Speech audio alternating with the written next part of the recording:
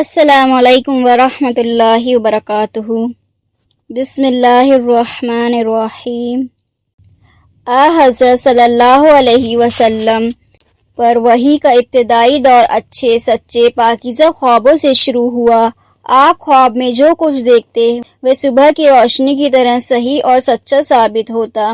پھر من جانب قدرت آپ تنہائی پسند ہو گئے اور آپ صلی اللہ علیہ وسلم نے غار ہیرا میں خلوت نشینی اختیار فرمائی اور کئی دن اور رات وہاں مسلسل عبادت اور یاد الہی و ذکر و فکر میں مشغول رہتے۔ جب تک گھر آنے کو دل نہ چاہتا توشہ ہمراہ لیے ہوئے وہاں رہتے۔ توشہ ختم ہونے پر ہی اہلیہ محترمہ حضرت خدیجہ رضی اللہ عنہا کے پاس تشریف لاتے اور کچھ توشہ ہمراہ لے کر پھر وہاں جا کر خلوت گزری ہو جاتے۔ یہی طریقہ جاری رہا یہاں تک کہ آپ پر حق منکشف ہو گیا اور آپ غار ہیرا میں ہی قیام پذیر تھے کہ اچانک حضرت جبرائیل علیہ السلام آپ کے پاس حاضر ہوئے اور کہنے لگے، اے محمد پڑھو۔ آپ فرماتے ہیں کہ میں نے کہا کہ میں پڑھنا نہیں جانتا۔ آپ صلی اللہ علیہ وسلم فرماتے ہیں کہ فرشتے نے مجھے پکڑ کر اتنے زور سے بھینچا کہ میری طاقت جواب دے گئی، پھر مجھے چھوڑ کر کہا کہ پڑھو۔ میں نے پھر وہی جواب دیا کہ میں پڑھا ہوا نہیں ہوں۔ اس فرشتے نے مجھ کو نہایت ہی زور سے بھینچا کہ مجھ کو سخت تکلیف محسوس ہوئی۔ پھر اس نے کہا کہ پڑھو۔ میں نے کہا کہ میں پڑھا ہوا نہیں ہوں۔ فرشتے نے تیسری بار مجھ کو پکڑا اور تیسری مرتبہ پھر مجھ کو بھینچا، پھر مجھے چھوڑ دیا اور کہنے لگا کہ پڑھو اپنے رب کے نام کی مدد سے جس نے پیدا کیا اور انسان کو خون کی پھٹکی سے بنایا۔ پڑھو اور آپ کا رب بہت ہی مہربانیاں کرنے والا ہے۔ بس یہی آیتیں آپ حضرت جبرائیل علیہ السلام سے سن کر اس حال میں غار ہیرا سے واپس ہو گئے۔ آپ کا دل اس انوکھے واقعے سے کانپ رہا تھا۔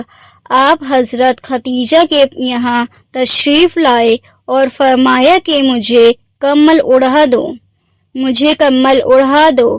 لوگوں نے آپ کو کمل اڑا دیا۔ جب آپ کا ڈر جاتا رہا تو آپ نے اپنی زوجہ محترمہ حضرت خدیجہ رضی اللہ عنہا کو تفصیل کے ساتھ یہ واقعہ سنایا اور فرمانے لگے کہ مجھ کو اب اپنی جان کا خوف ہو گیا ہے۔ آپ کی اہلیہ محترمہ خدیجہ رضی اللہ عنہا نے آپ کی ٹھارس بندھائی اور کہا کہ آپ کا خیال صحیح نہیں ہے۔ خدا کی قسم آپ کو اللہ کبھی رسوا نہیں کرے گا۔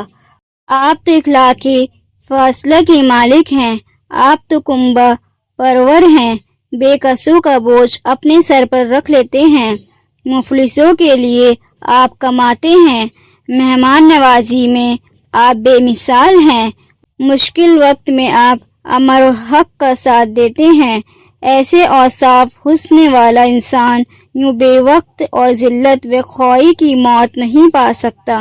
پھر مزید تسلی کے لیے حضرت خدیجہ رضی اللہ عنہا آپ صلی اللہ علیہ وسلم کو ورقہ بن نوفل کے پاس لے گئیں، جو ان کے چچا زاد بھائی تھے اور زمانہ جاہلیت میں نصرانی مذہب اختیار کر چکے تھے اور عبرانی زبان کے کاتب تھے۔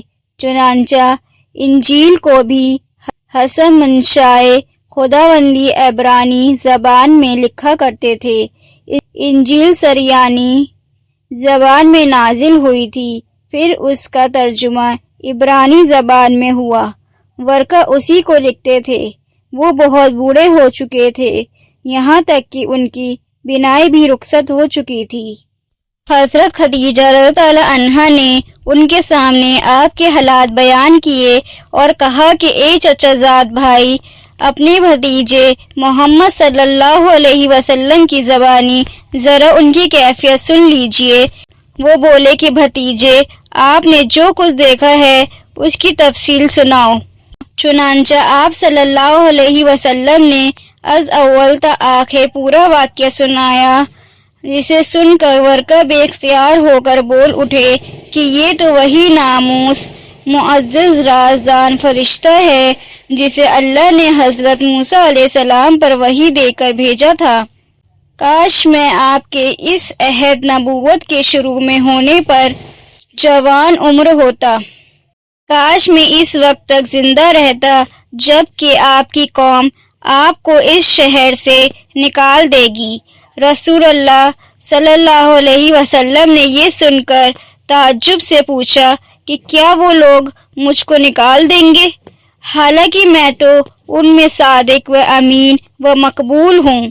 ورقہ بولا، ہاں یہ سب کچھ سچ ہے، مگر جو شخص بھی آپ کی طرح امر حق لے کر آیا ہے لوگ اس کے دشمن ہی ہو گئے ہیں۔ اگر مجھے آپ کی نبوت کا وہ زمانہ مل جائے تو میں آپ کی پوری مدد کروں گا، مگر ورقہ کچھ دنوں کے بعد انتقال کر گئے۔